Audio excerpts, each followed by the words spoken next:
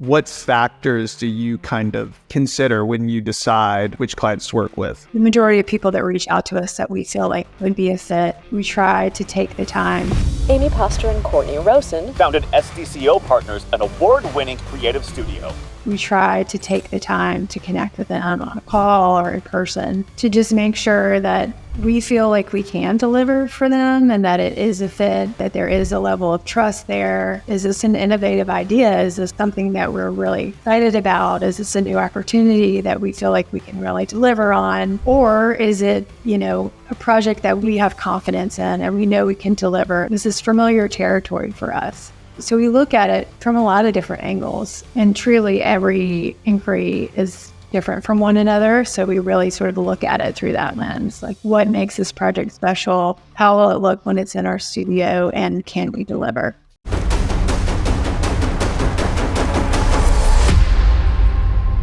Welcome to the Marketing Factor podcast. Today I'm excited to have Courtney Rowson and Amy Pastre from SDCO Partners on. SDCO is an award-winning multi-disciplinary creative studio that creates holistic design, story, and strategy solutions for emerging and storied brands everywhere. They're based in Charleston, South Carolina. I've known them for, almost 13 years. Guys, thanks so much for coming on the Marketing Factor. I'm delighted to have you. Thanks for having us. Yeah, absolutely. Thanks for having us. This is my first time having two additional guests on the podcast, so I'll try to do my best to make it work. But I guess that's where we should start. How did you guys meet? Go ahead. Yeah. Well, we first met. We were working for, as you know, the landscape in Charleston was a lot different when we first met and when we first lived here. Amy was working at a agency in town. I was freelancing for a studio back in San Francisco and had my own client base, and also working for a handful of clients here in Charleston. So we met while I was working freelance. She was working full time for this studio. Right. And that was 20 years ago. And I would say, the creative community in Charleston was really small. So if you were a designer or you were creative, we found each other. And that, beyond meeting each other, it felt like, you knew it was a small town. So everybody just was always seeking each other out, like-minded folks. And we knew each other for probably 5 or 6 years before we started SDCO. So what inspired you guys to start SDCO, which used to be called Stitch, and what led to that what was that initial conversation like? Or were you guys already kind of working together and then it transitioned into something that was more meaningful? Yeah. Sorry. This is the trouble. This is fun. I mean, I've had multiple partners at Cobble Hill, and we finish each other's sentences after. Oh, yeah. So, it was just that. I think we really enjoyed working together, found each other creatively, and obviously we're in similar positions in our life. We had both started a family, and I think we spent, nights on the porch over beers talking about design and just talking about, where we were in our life and our career. So it really just sparked those conversations early on, and we knew that we collaborated extremely well together. We had a lot of synergy. We had a huge amount of respect for each other's work. And we just sort of said, why not? This sounds like it would really work well.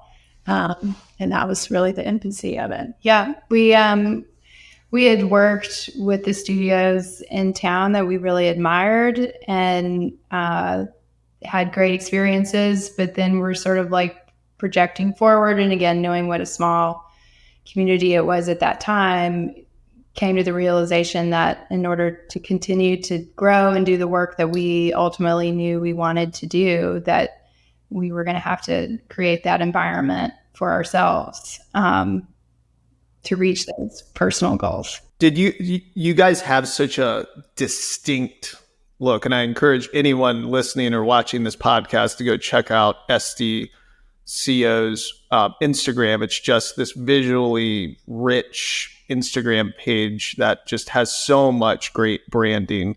Definitely at the cutting edge of pretty much this style that has now become ubiquitous across, the landscape of direct to consumer hospitality.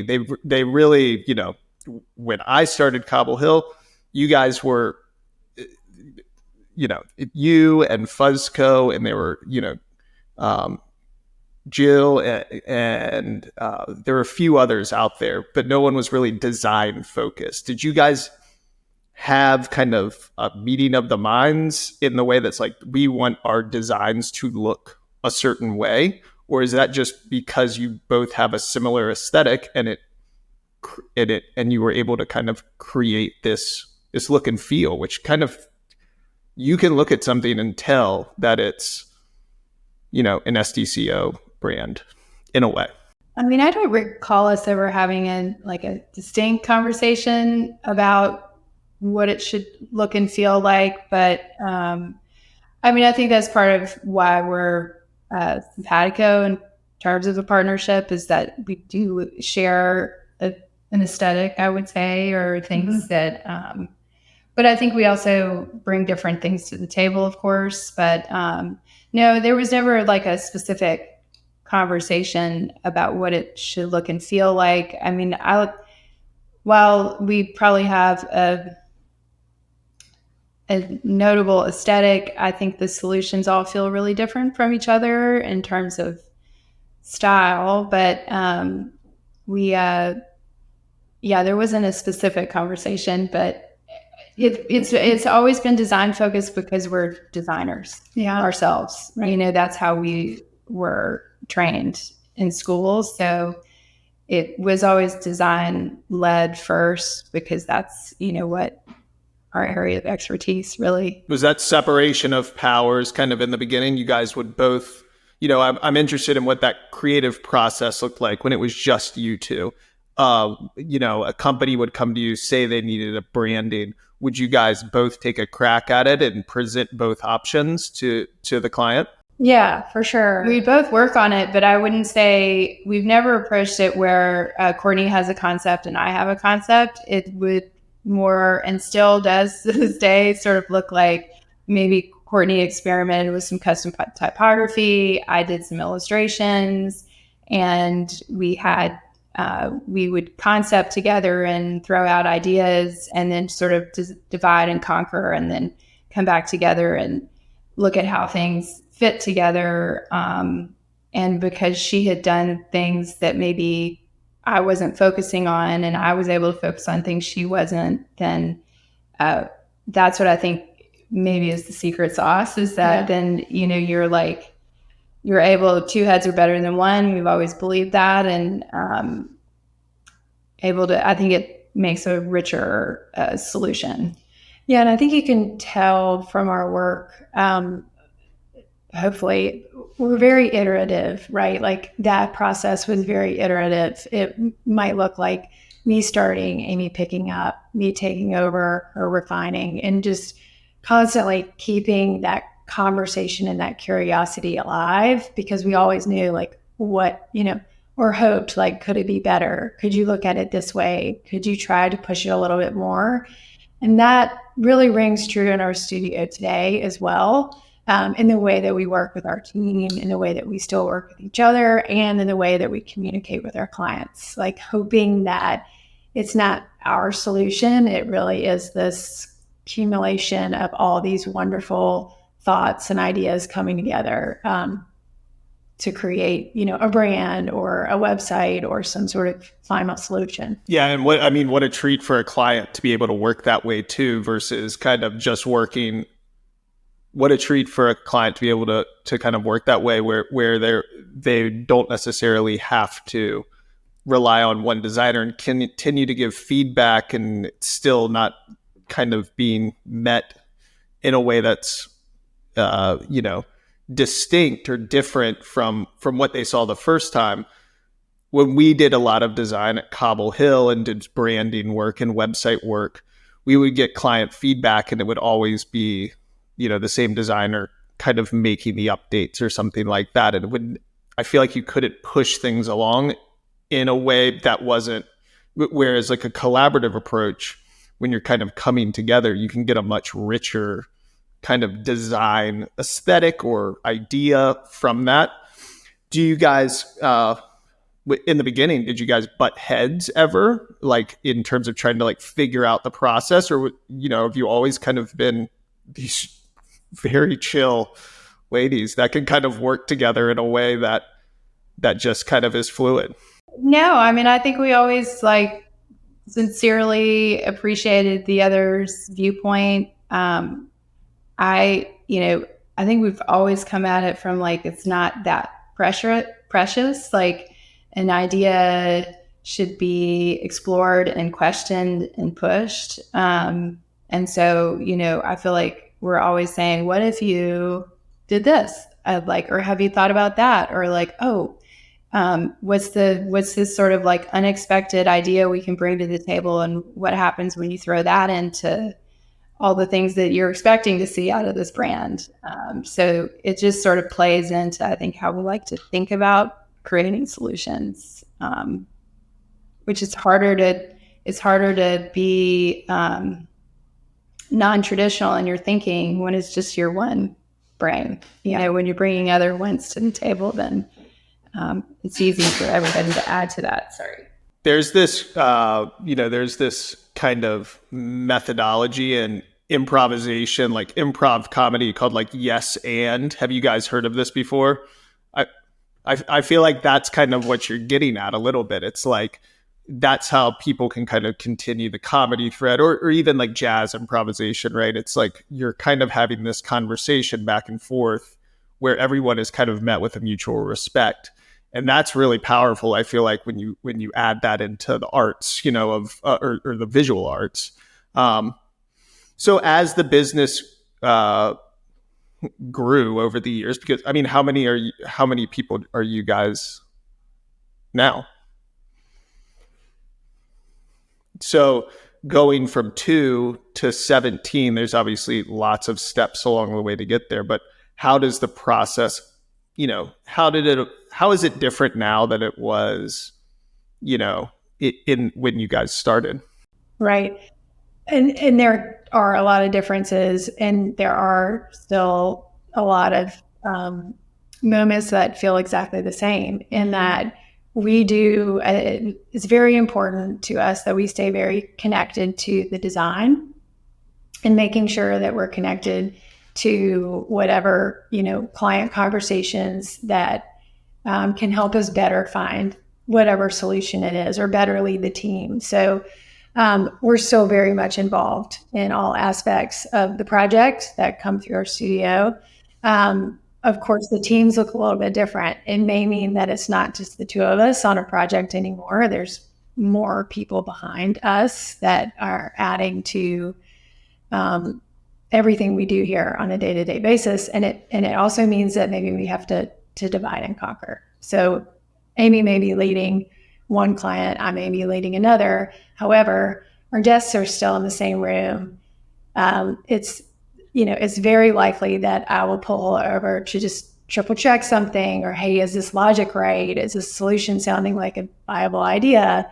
And vice versa. So, we still have that synergy, even if we're not sort of at the table all the time with in every conversation. How do you decide which, who's going to be in charge of which client? Is that you have more work, or this fits my style more, or who's going to be kind of the lead on the client?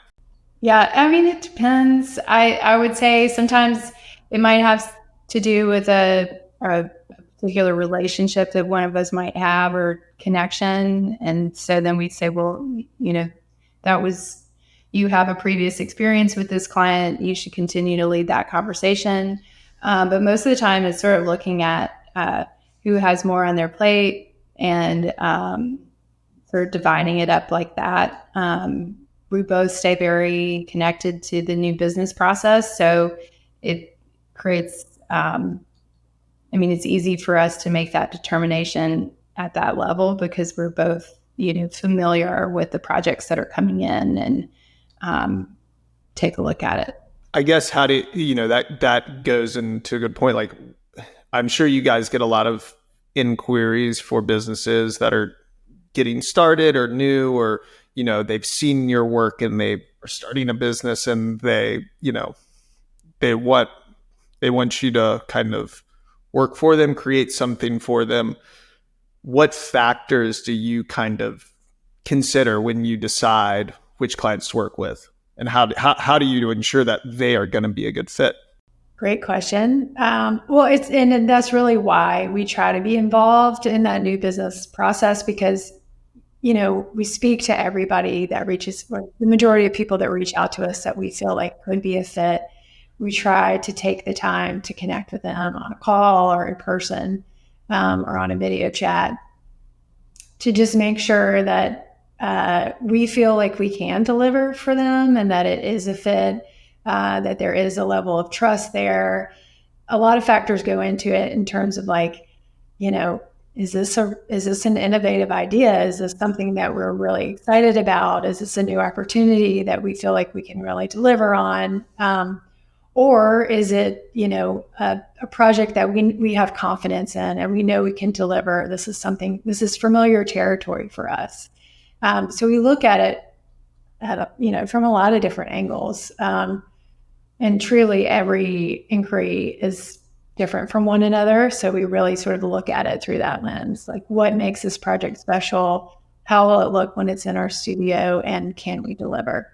Well, I guess too, you guys, your service offerings have evolved over the years too, in terms of, I don't think you were doing websites when we first met. It was maybe just doing branding and stuff like that. Maybe touching a little bit of websites, but not getting that involved. And now it seems like web is a pretty big aspect of what you guys do and offer.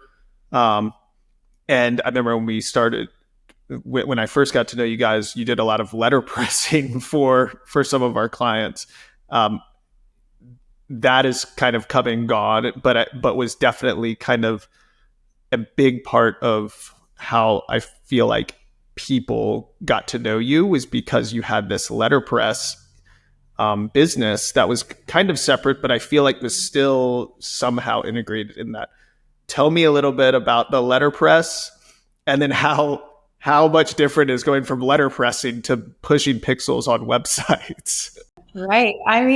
That's what I think. I think in our field, you have to evolve and you have to realize what are the current tools that clients need to ultimately they're hiring us to help elevate their product, their brand, their idea, and share it with the world. And so the vehicles with which brands need to do that has continually shifts. So, we started out doing 15 years ago, stationary business suite was very important to a brand. And that was always a core element that we would do as part of application after a branding exercise. Now, maybe that's not as important, right, or relevant. You still need some of those things, but that's not, it's not the catalyst for which you would reach out to a firm like ours now. So I think, it's just part of what you do as a business owner is when we're talking to so many clients about their needs, you can see the trends for how we can better support them. So our service offerings have evolved along with, the needs of our clients. And that's, kind of a quick way of saying it. And two, I think because now we've been doing this for a while, we're seeing clients ask us for more strategy, more sort of like we're restructuring, we're revisiting our brand, we're a heritage brand that wants to, rethink the way that we're doing things. And so that's that's shifted for us too. And I think that's because of our longevity, that now, they're seeing these projects that and companies and brands that we've worked with that have had proven success. And so again, those services have evolved because now we're sort of at the table in different conversations than maybe we were 15 years ago. Yeah, we find ourselves in that position a lot too, where we're kind of asked to do things. I wouldn't say asked to do things, but we have a unique perspective because you see so many businesses and you work on and touch so many businesses. You are a consultant in a way for business strategy, for us, even it's on the finance side. We get into finance pretty heavily, where because we're running paid ads for brands, but even not only marketing strategy, but just what do I do next with my business here? Where do I find a fulfillment center? Operations, all of these different things. That's what's unique. And actually, like, that's kind of the fun part, I think, about working in the industry that we work in, is that you're not just working in one kind of, space. You can be vertically, aligned in kind of the brands that you tend to work with, and find that you really develop a level of expertise outside of just branding or, design or whatever. And I think that, that's kind of what I think you're getting at when you say you're multidisciplinary, right? And your creative studio that focuses on like holistic design and strategy solutions. I mean, it really does. It makes sense. And you are kind of like. Right. So yeah, it feels, now clients come to us less about needing a website, but more about like, how to help me structure my brand so that I know that I'm setting up the foundation in terms of visuals and messaging and positioning in a way that sets me up to properly choose the right channels with which to invest in.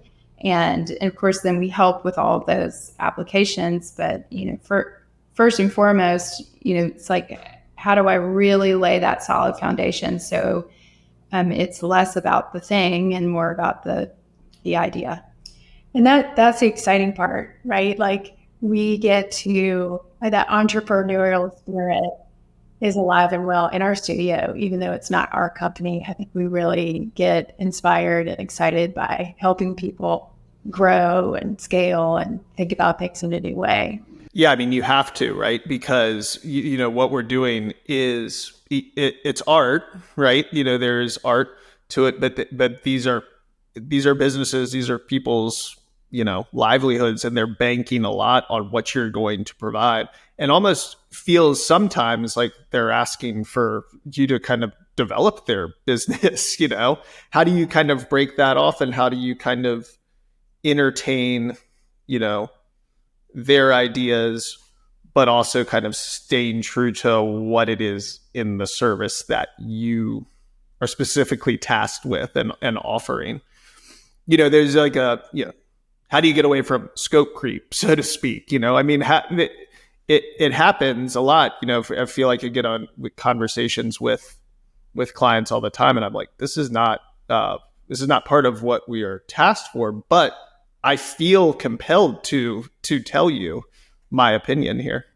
And you have to have sometimes you have to have that level of understanding about the facets of the business and how they're thinking if they're going to make money or approach it, or what is the fulfillment solution before you create design solutions, right? Like, you can design something that's beautiful and everybody loves, but it does not work with how ultimately they're going to send it out into the world. And so I think you have to have those discussions to even address the scope, even if it's not scope creep. We're always having lots of conversations that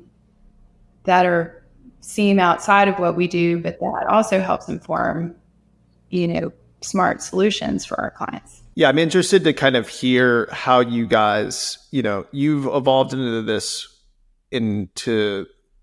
this business that can help, I think, truly kind of like define what a space physically looks like too. I feel like your work, you create the brand, but then it's like, well, how does the space feel, and how does it transcend from basically the paper to what the space is going to feel like?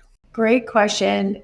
I think that is something we really enjoy doing, is this placemaking, or we call it world building a lot, where in the early stages of imagining a place or a space or a concept, we really try to think of not just like the tangible aspects of the project, but really the guest journey. What does it feel like with the arrival process? How does the customer experience the brand once they're in a space, or even prior to a place being built? How do you create a place with nothing to go off of? No photography, no architecture, no plans, but really sort of concepting like, what is this world in which this brand will live? And that's been a big part of what we've been doing the past, I'd say, 8 to 10 years, where we've had we've worked with lots of different like master plan communities or hotels, that when our entry point is when it's just an idea on a piece of paper. And so we're really trying to work with the land planners, the architects, the client, the developer, really anybody at the table in those early stages, to sort of ideate what this place could and should be. And that translates into everything we do, from the words that we use to talk about a place, the photography, art direction, the website experience, the user experience. Like, all of that should really be born out of this brand story and this sort of world that we're trying to create. And so that idea has now sort of taken, really sort of informed a lot of our brand strategy and sort of brand process, where we start there. We start with creating this brand story to really build off of. So that's the starting point. The starting point is you craft a brand story. Let's say it's a hotel. They come to you. They say, we've got this. We want to put 400 rooms into this luxury hotel in Charleston. We have a couple ideas for the style that we're going after. Go. And you guys say, okay, this is the brand story that you're crafting. What does that process look like? I'm really interested in kind of hearing that. You guys don't have to give away the secret sauce or anything like that, but and we should say too, we work with some incredibly creative, talented clients, and I love that too, when we get to partner with people who, everybody to an extent comes to the table with thoughts, and that's our job as designers, is to take those, enhance them, have a conversation around them, and push it forward, right? So that's really where it starts, is having lots of discussion, meeting the other creatives who are contributing to that conversation, and having a dialogue around, what it could be, what are the competitors doing? How can we make it different? How can we do what they're doing? Maybe we do it better. All those kind of discussions, that compare and contrast moment, where you're kind of looking at what else is in the landscape. And what are the two, I think, especially if you're working with an existing property that's getting renovated, what are the inherent qualities that are already there that are lovely, that we don't have to invent, but that we can bring to, rise to the top? And is there anything just sitting there that's unrealized, and how can we enhance that? So it starts there, and then we start creating language and visual inspiration around there. So we, do we call them discovery boards. They look kind of like mood boards or vision boards, where we're really starting to kind of like paint that picture without creating unique visuals. And then once we all land, us and the client and everybody's excited about it and we're like, yeah, this is awesome. And the idea is good when everybody's like, oh, and yeah, and then you could do this at arrival, or you could, this could be the takeaway. And we all start kind of like sharing ideas. I think that you're like coming at it from a good place, and then we start going through the brand identity creation process where we're, looking at typography and color and texture and more in-depth messaging to pair with that, and continue to sort of refine till we have that kind of finished product that then, that the phase of executing that brand identity can start happening. And that's when we start talking about, what are the vehicles it needs to show up on. It's in a perfect world. How long, let's say clients getting you feedback, things are running smoothly. How long does that process generally take for you guys now? For instance, when you're asking about a hotel or hospitality client, that usually takes start to finish a year, eight months to a year. And that would include all the ideating, the discovery, the site visit, the brand creation, the application, the web development, all of that, the wayfinding, the integrated branding, and that sort of builds on each other. It can be certainly longer. It can also be shorter. It's so immersive. I mean, you're really committing to something for a very long period of time at that point. And I'm sure that things change from start to finish, and you're constantly having to adapt to new people coming on board with ideas of their own and things like that, or even just shifting kind of goals for the project. Yeah. Mm-hmm. And that happens a lot. Again, different type of client, but we're working on an education product right now, and literally we're workshopping it with them real time. So the scope that we thought we would be working on has shifted. And that's awesome because it means that we're just sort of, along with them on this journey. And we can make better better suggestions, find better solutions together with them, because we're really they're educating us at every turn as to why they're pivoting. And so therefore we're pivoting. And it's exciting. So for sure there are twists and turns along the way, but we try to be really nimble and adjust where we need to. Yeah. I mean, that's, that to me is like a hallmark of a progressive agency or business is one that can kind of adapt their process and doesn't necessarily have to be rigid. There's certain things that I think are very important to be rigid about, certain processes or structures or ideas, even just organizationally. But being able to be fluid in your approach, it sounds like it's something that's kind of built into the core of your DNA. You don't necessarily have a one size fits all type of model that you're going through for these brands.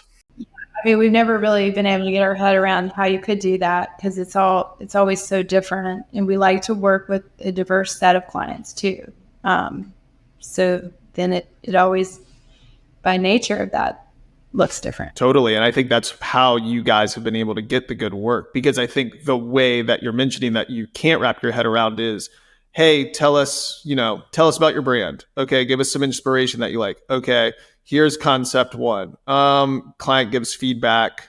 Then you make that feedback adjustment. You do it again. Client's like, I still don't like that. Do this. And at that point, you're like, well, the client's just art directing this project, right? So you're kind of infusing your creative spirit. And what makes it unique, I think, is that you guys are the experts at that, and which is what they've paid you for. But I think for not having as much, you guys have so much experience, you've developed a way that your expertise is what, that is truly what people are saying they want, is that expert advice. And they don't even feel like that they should even art direct you. I'm sure you've gotten that, of course, at some point, but I think for kind of more, less experienced, that it kind of feels like the client is kind of driving the project sometimes. What kind of advice would you give for young upstart design agencies to not let the client kind of drive the project? Austin, I feel like you kind of touched on it. It's that like yes and mentality. Yeah. It's funny, that sentiment came up in a project a year ago, and we were talking about the improv, where it's like you sort of inherit these things, and then it's yes and you just keep building off of it. It seems like the client relationship can be so rewarding. It can also be this, like, there can be tension. It can be a beautiful tension where they're pushing you, or it can be you become an extension, a tool for them. And so we've always said, it's really important to have the trust of your client.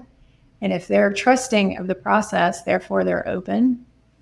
And so I think you can really get a sense for that in those beginning conversations, and figuring out if this person is really open to working with you and trusting of what you're going to do.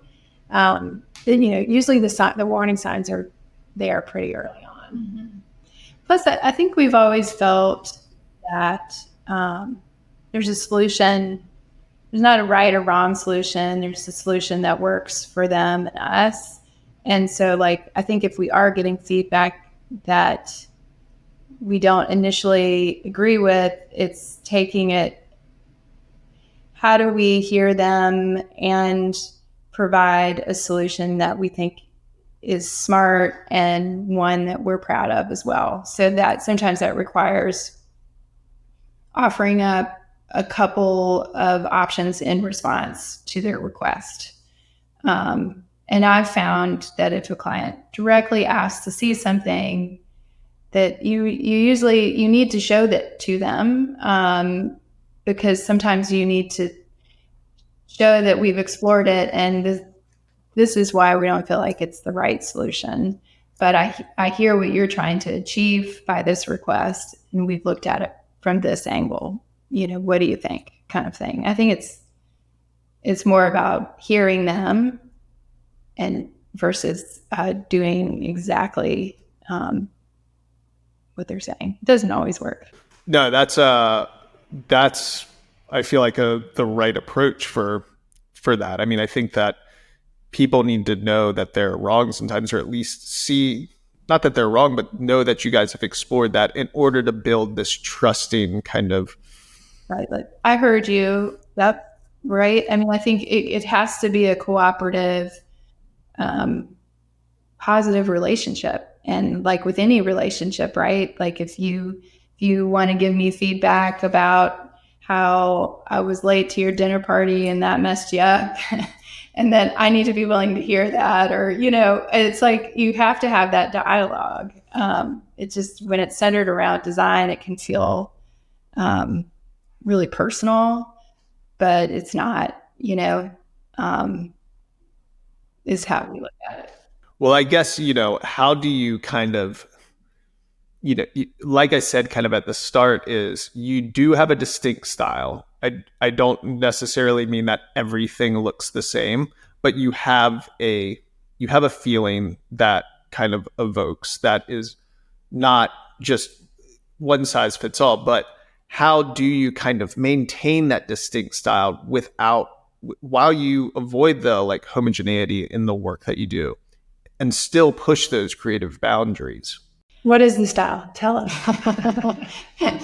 Yeah, I mean, to me, the style is it's the otherworldly. Sometimes I see it. I think that I'm like, wow, they've have this kind of.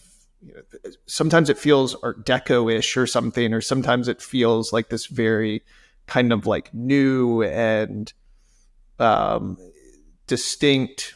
And sometimes it's very simplistic in its approach. Sometimes it's very delicate, but it always kind of has this feeling to it that I think is like, wow, that is so, you just look at it and you're like, that's such good work. You're like, I can't believe, I can't believe someone actually created this.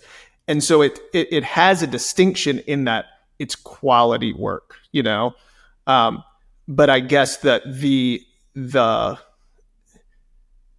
how do you continue to keep that quality work for what seemingly seems like every project? I mean, I think you hit on it a little bit. I've never really thought about it, but that it evokes an emotion or a feeling. And we talked a lot about that in the last few years. It's like, how do we create work in words and really sort of products that evoke a feeling or sort of feel transcendent?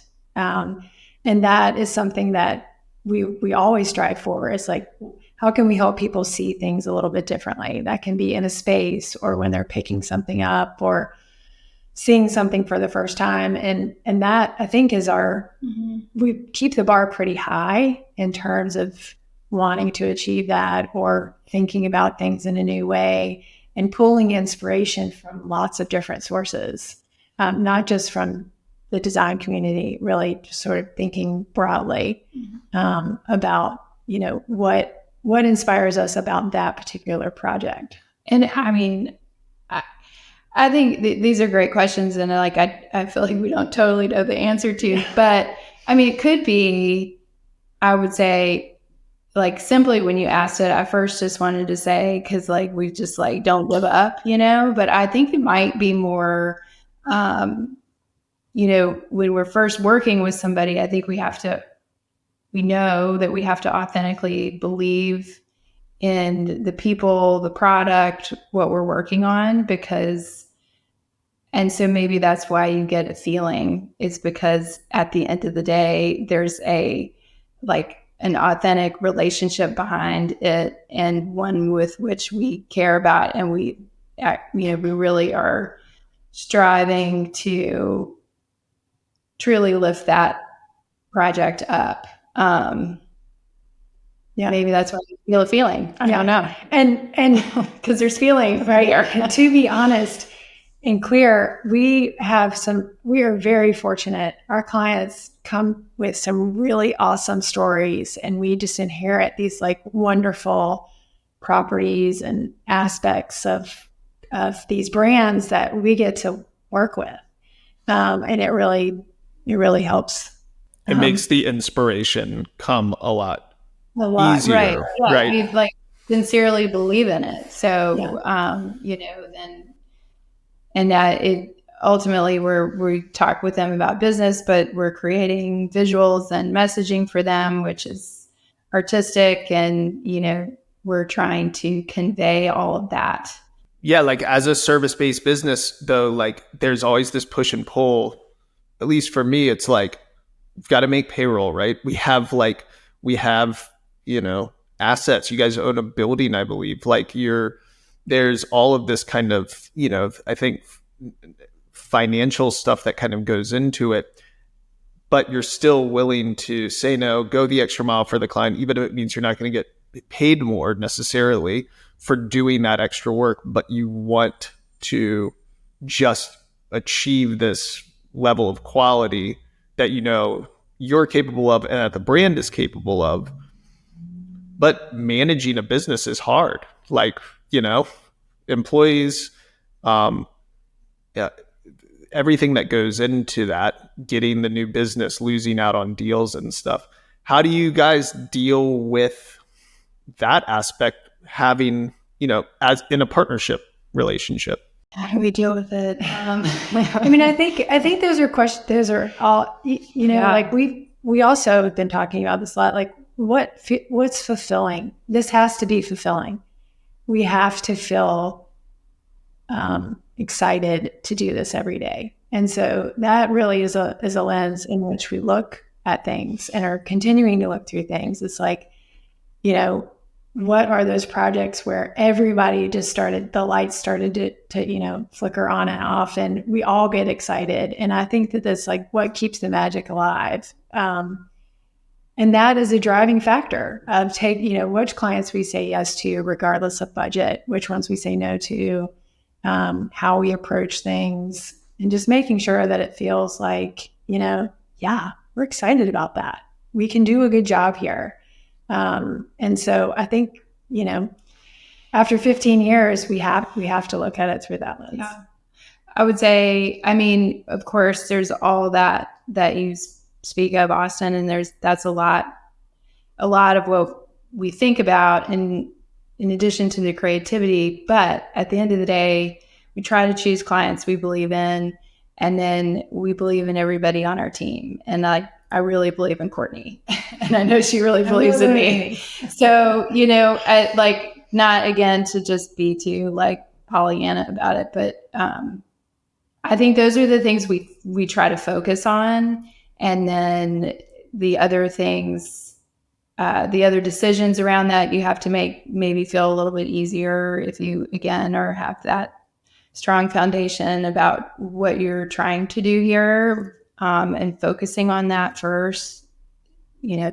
Sometimes it feels like that other stuff works itself out, even though I know that it doesn't. But when we're focused on why we wanted to start the business in the first place, those hard decisions come easier. How often do you guys come back to that and meet and talk about stuff, just the two of you together? How often are you having these conversations about the focus, or why did we do this in the first place, or how do we evolve the business? Yeah, it ebbs and flows. I think we probably go through waves, but we do it a lot organically, sitting next to each other all the time. One of us might get an email or see something, and then we have just a nonchalant conversation about it. But we do connect once a month. We go to lunch together with the purpose of having those kind of higher level discussions. And then from the day one, we've always gone to breakfast the first Monday. We're back in January, and we have we dubbed it goals and eggs. And we sit down and we write, we visit what we said we wanted to do the previous year and try to, celebrate that. And then we start looking forward to what we want to do in the future. And a lot of times we'll revisit things and say, well, we didn't do that, and that doesn't feel so relevant anymore. And other things have stayed on there for a couple of years. Yeah, we're going to get to it. And we go, well, it'll happen one day. Yeah, it's hard. It's certainly hard to kind of make the time for all that stuff. Yeah. And again, it's sort of maybe a similar sentiment where we write it down, and then we don't really, that once a year meeting is very, very high level, and we don't really revisit those things until the next year. Just because sometimes I think that can feel defeating if you, but it's sort of you were getting it out, and then there's all these little tiny steps in between. It's just sort of a checkpoint, maybe to say, are we headed where we want to go? Mm-hmm. We're going in the right direction here. And then on a granular level, the talking daily, the talking with our team, I think we're not afraid to revisit anything and just sort of rethink something and pivot. As I mentioned previously, it's just, that's been the way that we've operated for a long time, where, we're not afraid of what's on the other side. I think that's because we have this strong collaboration and similar risk tolerance, and, just, again, sort of iterating on what we're doing here to keep us in check. I love it. You guys are an incredible duo. Courtney and Amy, it's been great having you on the Marketing Factor. Where can people find you online? On our website, SDCOPartners.com, Instagram. I think that's still under Stitch. Design Co. Which SDCO is an acronym for Stitch Design Company. So, yeah, one and the same. Thanks so much for having us. Yeah, it's been great catching up. I hope to see you guys in person very soon. That sounds good. You. Take care.